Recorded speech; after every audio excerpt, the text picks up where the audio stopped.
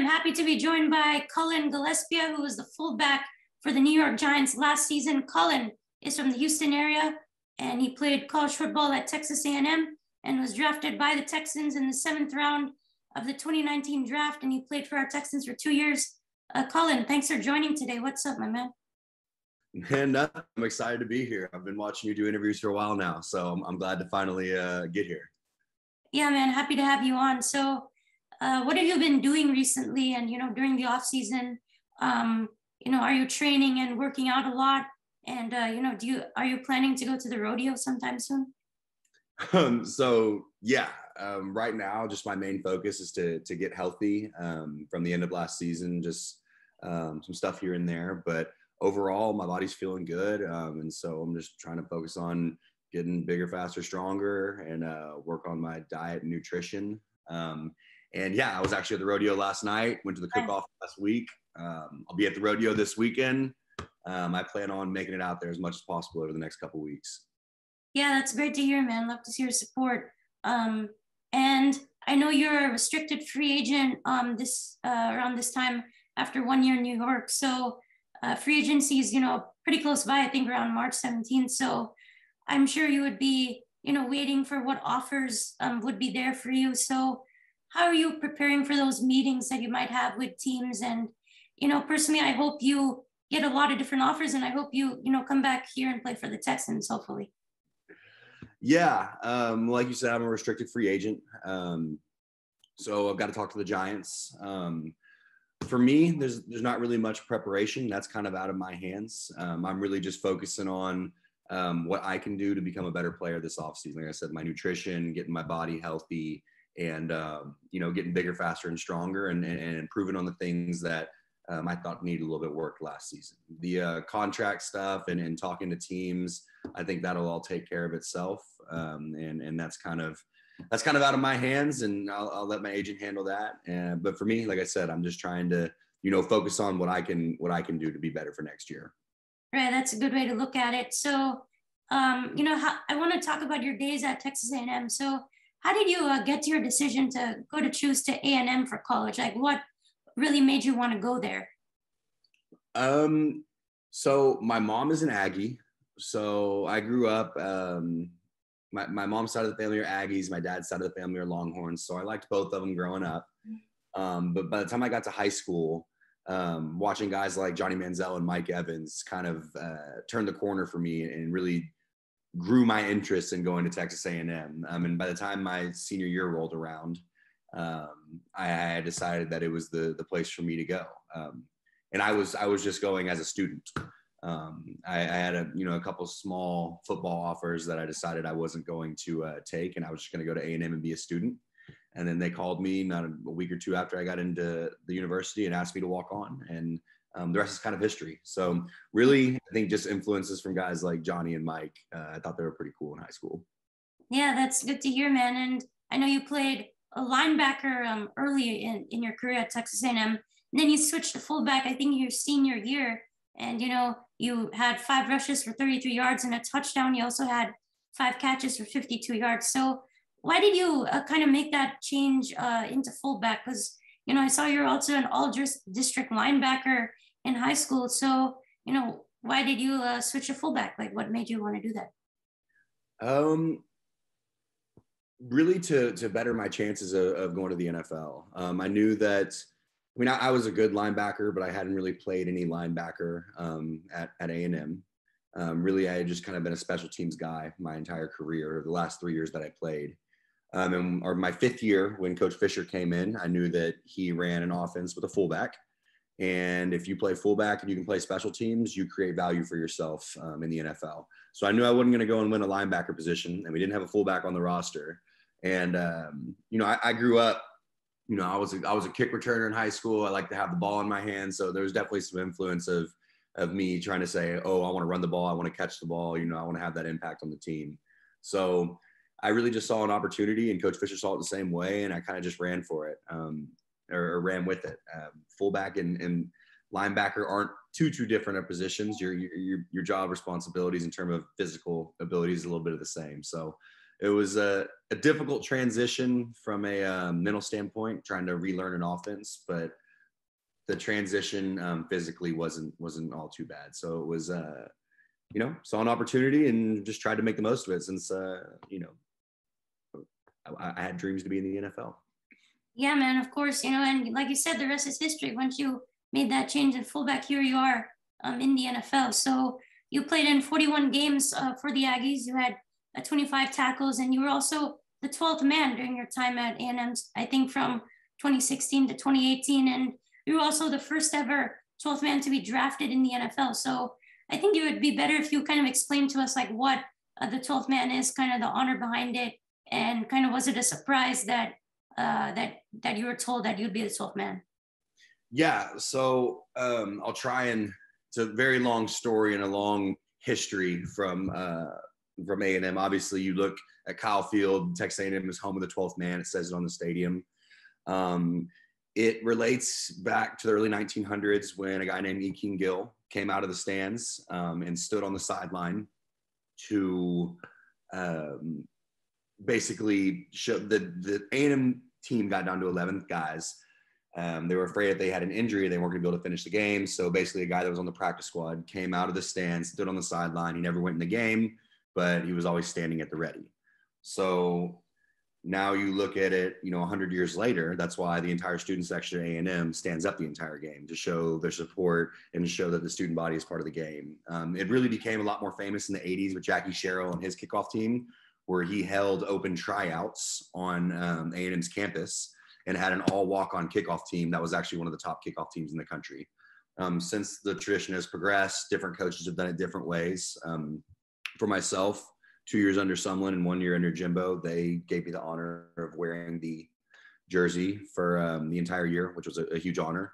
Not something I took lightly. Getting to wear that 12 on your chest and run out on Kyle Field, you kind of know that, it's not about you. You're not playing for yourself. You're representing every student, past, present, and future on that field. And so you kind of got to carry the weight of that honor, but it's a privilege to wear that jersey. And then to answer the second part of the question, was I surprised when I got it? I had kind of set the goal that I was going to be the next 12th man. That was my redshirt freshman year and freshman year. I had kind of saw the 12th man before me and knew that he was going to be graduated and knew that there was an opportunity for me. So I set all of my time, all of my energy, all of my focus towards, getting that number 12 jersey. And so I think by the time that I got the jersey, which they told me I was going to be the 12th man the night before the first game against UCLA in 2016, me and the deep snapper were still both number 45. So I think we had kind of figured out that it was going to happen, but no less of a surprise and no less of just an honor and just such gratitude of getting to have the privilege to wear it, man. It was really a cool experience. Yeah, I mean, you lived up that sort of 12th man like really well. I think you represented it, probably the best anybody has. And you were also the first 12th man to score a touchdown in school history and the first to see action on the offense. So I think, you really accomplished a lot at Texas A&M. And I think it was great also to see you here play for the Texans for 2 years, start your career here in Houston. Was it always your goal to kind of play football for your home team, and growing up? I know you also played baseball, I think in high school. So like, was it football or was it like baseball? What were you like trying to focus on? For me, I never really had any dreams of being a professional athlete until later in my college career. I mean, I think like every kid, I grew up, playing football, playing basketball, playing baseball, and saying, I want to go to the NFL. I want to do this. But as my, high school career progressed and the offers didn't come, I kind of rearranged what my goals were and decided that, I was just going to go be a student and get my education. I always preferred football to baseball. I really, football practice is tough. It's hard. And baseball practice is a lot of fun. So if you had asked me, I'll go out on a baseball field and take BP and shag balls all day. But playing a football game, man, there's nothing like it. Hearing the crowd roar and having the adrenaline flow and being able to go out there and compete against other grown men and kind of try to assert your dominance. There's nothing like it.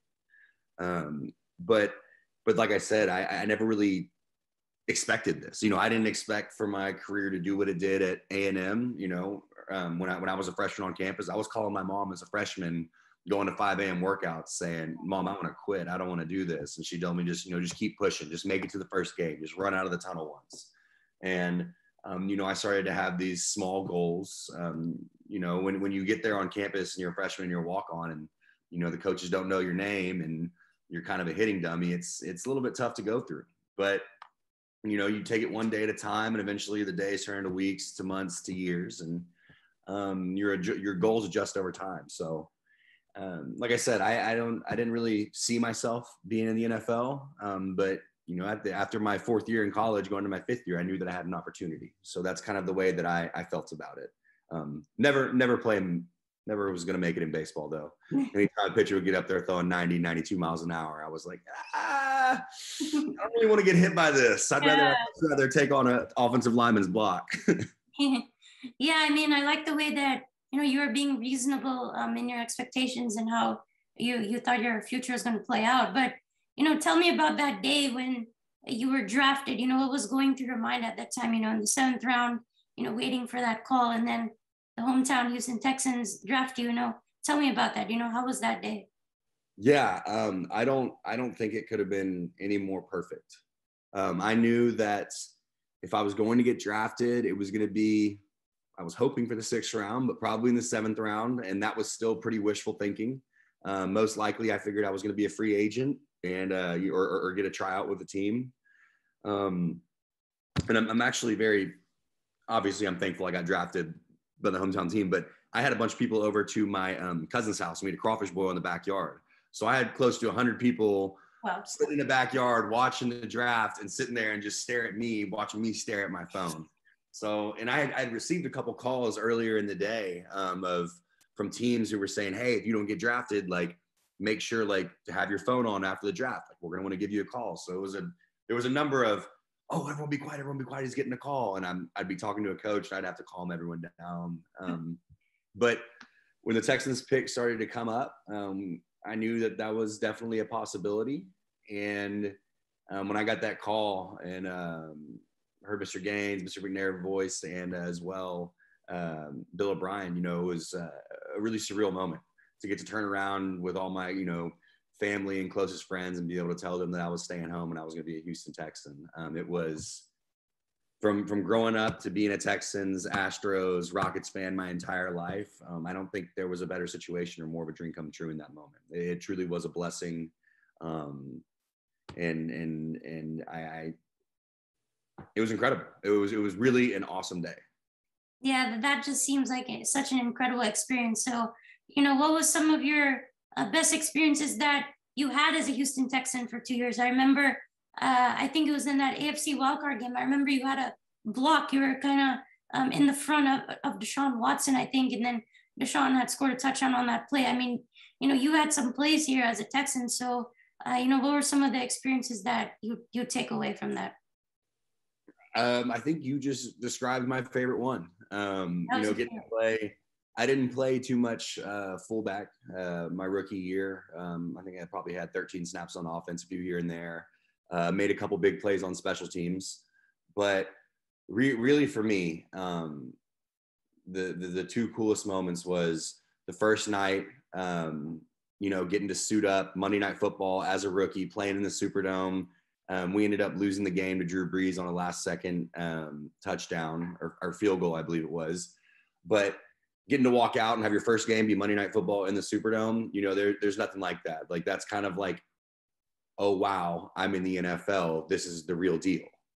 So that was definitely a surreal moment. And then, like you said, in the AFC wildcard round, we played the Buffalo Bills, and I had that lead block for Deshaun around the end, and he scored a touchdown. It was just. It was great that I got to go out there and actually play some offense and show what I can do on the field, and to be part of that comeback victory and win a playoff game for the hometown team. It was a really cool, surreal experience. When I think back on my career in Houston, that's definitely one of my favorite plays.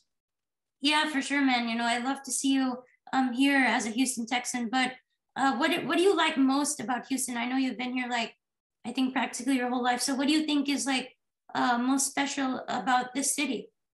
The people without a doubt. There's more cultures and people from different backgrounds in this city than anywhere in the world. Everywhere you look, you're meeting someone from somewhere else with a different background, and everyone's nice. You go to some places and people may not be as friendly, but this is Texas and this is Houston, and everywhere you go, everyone's offering a helping hand and asking how you are. And so that's probably one of my favorite things about the city is just the people. And then secondly, the food. I love to eat. I love to cook. I love Mexican food. I love crawfish boils.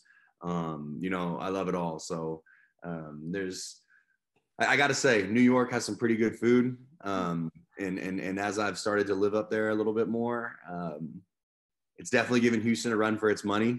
But Houston's got some pretty good food spots as well. So it's not too bad. I love Houston. It'll always be home. Yeah. So you got any favorite restaurants that you really like? For Mexican food, I love El Tiempo, Papacitos. I think everyone would say that. Mm-hmm. I'm trying to think. We go. I go to the pit room a lot for some barbecue.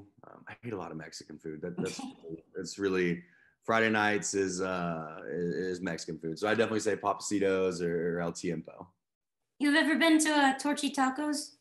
I love Torchy's Tacos. I do love Torchy's Tacos. That's definitely I get the trailer park trashy every time. That's awesome, man. So do you go back to Katy a lot? I'm sure your family and friends are there. Is that like where you are right now?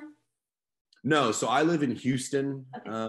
I live inside the Loop, and a lot of my friends from high school and college all live down here. So I've got a pretty good group of friends, along with some former Texans that live down here that I still keep up with.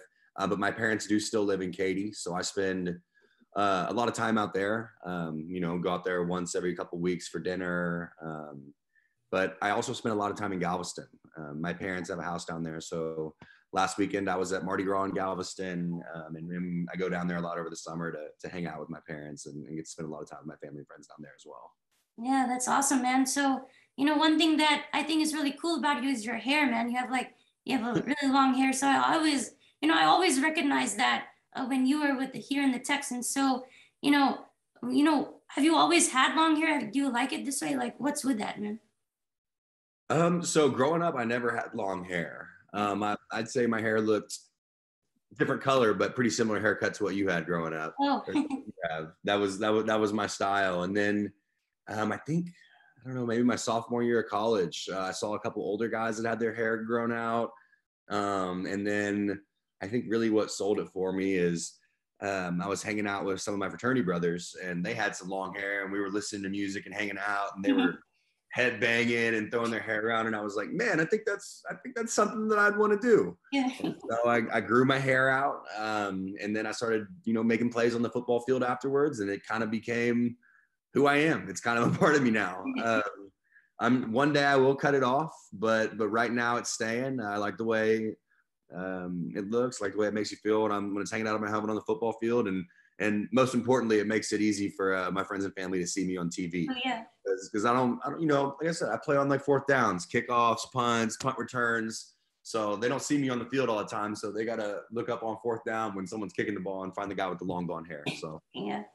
Yeah, I mean, that's the way I spotted you too, man. The hair is awesome, man. You should keep it for sure. But you were mentioning, I think that, you're a special teams guy first. I think you've mentioned that before. So, I think you're a special teams ace. I mean, you were great in college. You had 2 block punts, including one that resulted in a safety, and you earned like special teams MVP co-honors and stuff like that. So, I think you were a standout in both college and the NFL and special teams. So what's kind of the key for you that, like, how do you get so successful in special teams? Like, what's the most important part of it?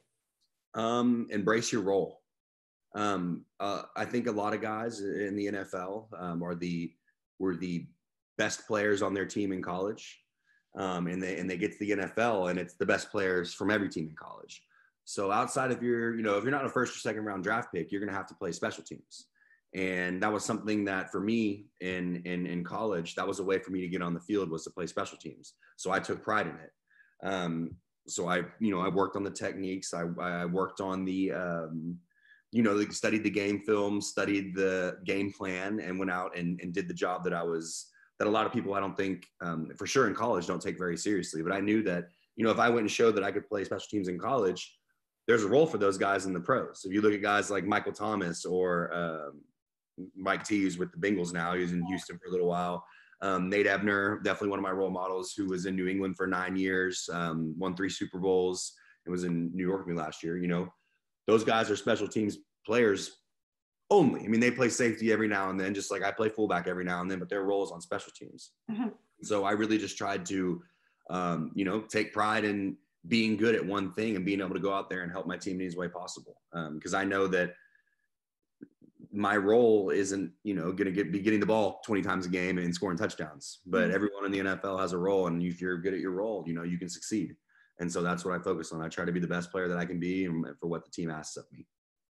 Yeah. So, I know you played a lot of special teams up there in New York this year. So, tell me about the experience for playing for the Giants. I mean, how did you like staying in New York, and what was it like up there? It was awesome. I was definitely very hesitant at first. Obviously, I'm from Houston. College Station is only an hour and a half up the road. I've never really lived too far from home. I'm a mama's boy.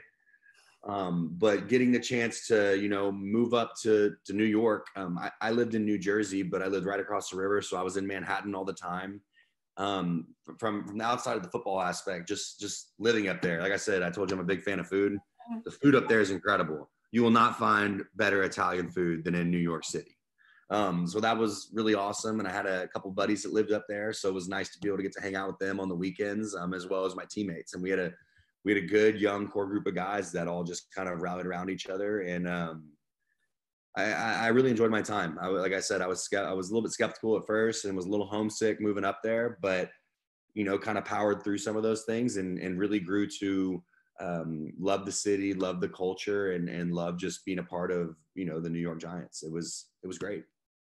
Yeah, man, that was awesome. I was happy that, you were getting opportunities up there. And, I have a question for you. I know that Joe Judge, he got fired during this offseason. So you think you can tell me, how was it like playing under him and as a person? Oh, I really liked Coach Judge. He was a former special teams coordinator, many years with the Patriots. So he respected the special teams guys a lot. And to be able to, talk to your head coach about special teams and have him be able to, step into a room and really talk to you about, hey, this is what I see that you're doing on special teams. Why don't we try this or do that? It was really cool to be able to have a relationship like that with your head coach and have him really take an interest in special teams like that. It was cool. Yeah, that's awesome to hear. And last question for you here. So, what is something interesting about you that, besides football, that you want others to know about you, like any interesting hobbies or anything of that sort? Working on the hobbies thing right now. I'm really working on the hobbies thing because right now I play a lot of video games. I do love to play video games, play a lot of Call of Duty. But I think one thing, either when my career ends or after that, I think I'd really like to get into cooking, like maybe go to like culinary school. I really enjoy cooking. I love to cook for myself. I think the thing that I love most about it is being able to cook for my friends, my family, my girlfriend, and be able to bring, them joy through food. So that's definitely something that in the past year or so I've been considering. And I think that may be a career path for me after football. No promises there. We'll see. I'm sure I'll figure something out, and hopefully it's not for another 10 years, but I really do love to cook, and I love to, get in the kitchen and get to work. Yeah, that's awesome to hear, man. That's a really great interest that you have. So, you think I could get a follow from you on Twitter? I didn't follow you? No. Oh, that's my bad. Yeah, of course I'll follow you. I appreciate that, man. And, once I post this interview, you will be able to retweet it on your page too, right? Yeah, no worries. Awesome, man. And it was great having you on, Cullen. I appreciate you. And you have a good rest of your day, man. Yeah, for sure. It was awesome meeting you, man. Yeah, thank you so much, man. Bye. All right, peace.